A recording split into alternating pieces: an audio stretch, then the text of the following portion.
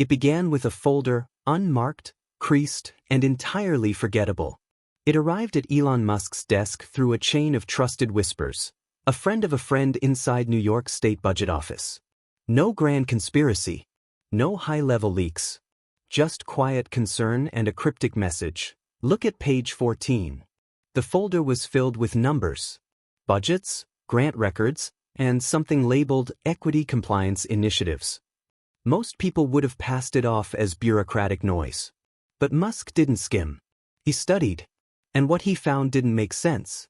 Federal education grants were being funneled into entities with vague names and no web presence. Organizations like Access for All, Restorative Outreach NYC, and Equity Advancement Task Force. Some had no phone number. Some had no staff. One had received over $20 million in just 1 year, and listed its business address as a rented mailbox in Brooklyn. The deeper Musk dug, the worse it looked. Dozens of grant recipients shared the same contact information.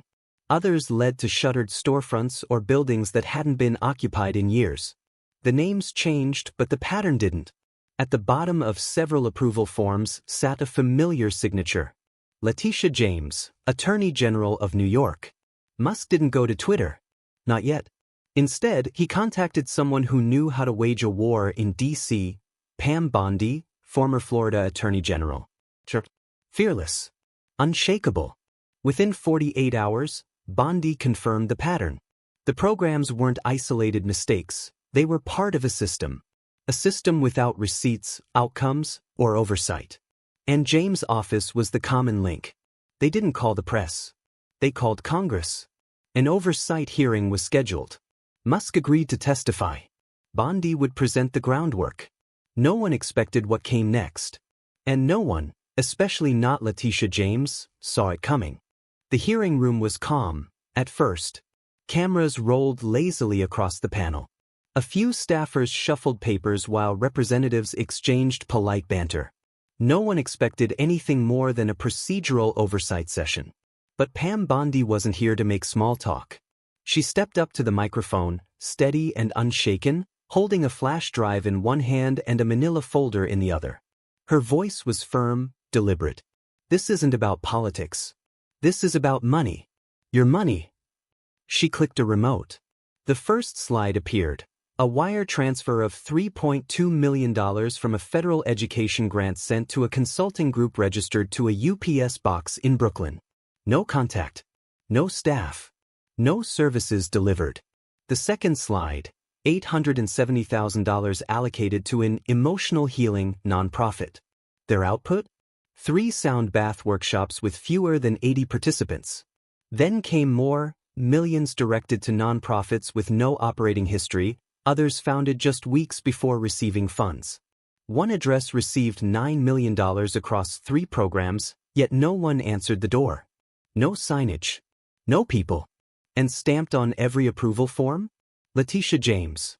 Some committee members stirred, shifting in their seats. A few murmured objections, concerns about partisanship. But Bondi pressed on. This isn't about ideology. It's about accountability. And then she dropped the line that shifted the room. Elon Musk will be here in 1 hour. And he's bringing data none of you have seen. When Musk entered, everything changed. No suit. No lawyers. Just jeans, a laptop, and that signature composure. He sat, adjusted the mic, and spoke clearly. I'm not here to give opinions. I'm here to show numbers. Slide 1. A graph of rising federal allocations to New York over 3 years. Slide 2. Where that money ended up. 31% went to social equity reform, a category without clear definition or federal regulation. Next, a map of New York lit up with red markers, every program receiving $1 million or more. Many shared addresses. Some had the same board members. Others didn't exist at all. Over $26 million, gone, Musk said. No oversight. No outcomes. Just vanished. The silence that followed said everything. He closed his laptop, leaned back, and looked at the panel. I'm not saying who's guilty. I'm saying the data doesn't lie. And for the first time that morning, no one had anything to say. Letitia James didn't show. Her seat at the committee table stayed empty, her nameplate untouched. No representative. No statement. Just silence. And in that silence, the weight of the allegations grew heavier. Pam Bondi returned to the microphone. We've seen where the money went. Now let's talk about what it accomplished. She clicked again.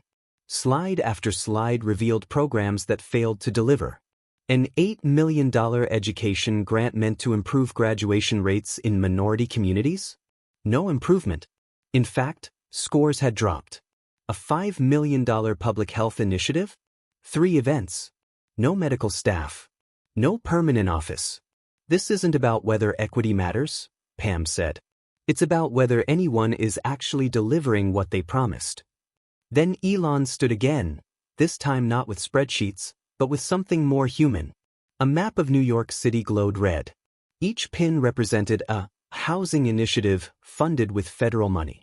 But when his team visited the sites, they found something strange: hotels, not homes.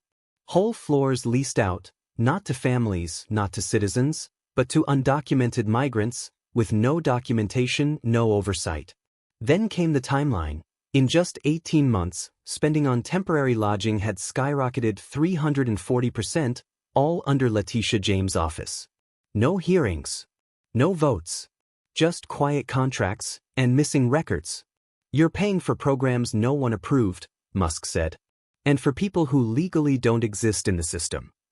The final slide showed how several grant programs had changed their eligibility requirements. No ID, no proof of residency, just a form and a name. It's structured so no one can trace the money, he said. And maybe that was the point. That was when the pressure broke. The hearing made national news. Polls shifted. Governors in 10 states ordered immediate audits of their own DEI and housing initiatives. A bipartisan group in Congress introduced the Federal Funds Transparency Act, mandating public quarterly reports on all federal grant recipients. Letitia James finally spoke at a press conference days later. No apologies. No answers. Just a vague claim that the hearing was an attack on progress. But no one was buying it anymore. Pam Bondi, now hailed as a watchdog, summed it up best. If you can't explain where the money went, you shouldn't be the one spending it. And Elon? He didn't post much, just one tweet. The system only works if someone checks the receipts.